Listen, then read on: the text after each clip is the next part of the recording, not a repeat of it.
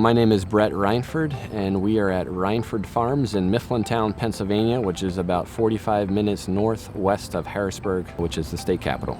We milk about 800 cows here 3 times a day.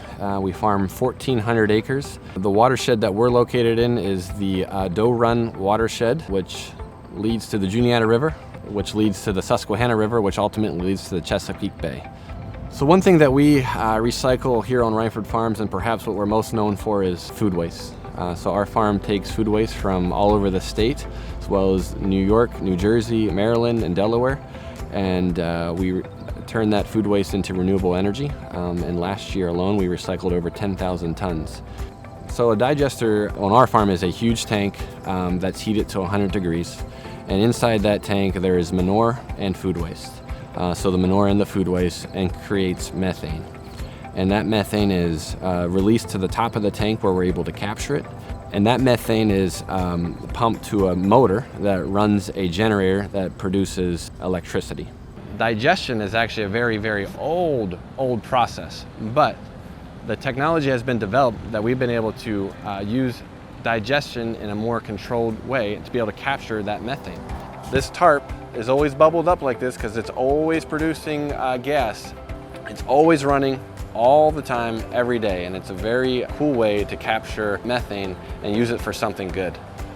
So the conservation practice that we're most proud of is no-tilling. So we don't own a single piece of tillage equipment on our farm, and for the last, I believe, 8 years, we've been no-tilling everything that we plant in the ground. And what that helps to do is it doesn't disturb the soil, so you have less erosion, also less runoff, so less phosphorus making its way, or sediment making its way to the streams. It helps build organic matter in the fields as well, so our soil quality has continuously, year after year, gotten better because we're no-tilling.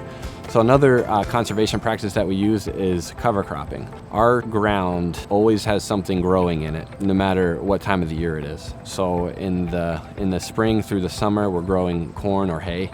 In the fall through the winter, we're growing a cover crop. You know, the benefit of doing that is having something in your ground growing all the time. It reduces erosion, as well as that cover crop is soaking up the nitrogen and the phosphorus, that material that could be running off if we were just to let it bare for the winter or whatever. We always have something growing in our fields, and in the spring we harvest that cover crop, and it's a very nutritious feed for our animals. We have a permit, a nutrient management permit, that we follow very specifically, and that nutrient management permit has all the setbacks that we have to keep from wells and streams. And so every well around our farm, as well as our neighbors' houses, we stay back over 100 feet to make sure that there's no chance of contamination of those wells when we're spreading manure. All of the streams that we spread next to, we stay back at least 100 feet from them as well, and they all have buffers between them and the fields as well, or some sort of wooded area that we make sure that we stay back from. A stream buffer is a great way to filter out any runoff that could be coming off the field. It soaks up some of the nitrogen or nutrients that could be coming from the field when it rains, and so that's why it's very important to make sure that you have those in place so that less possibility of that nitrogen making it to the streams.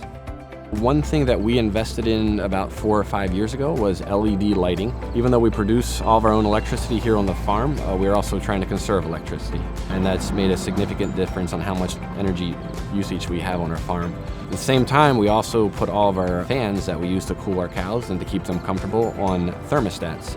When it's 60 degrees outside, those fans are not running, and they're turned on automatically when it gets to 61 degrees. And so we're saving energy that way as well. So rather than someone waking up in the middle of the night to turn the fans on and off when it gets too cool, thermostat run fans turn them on when they're needed.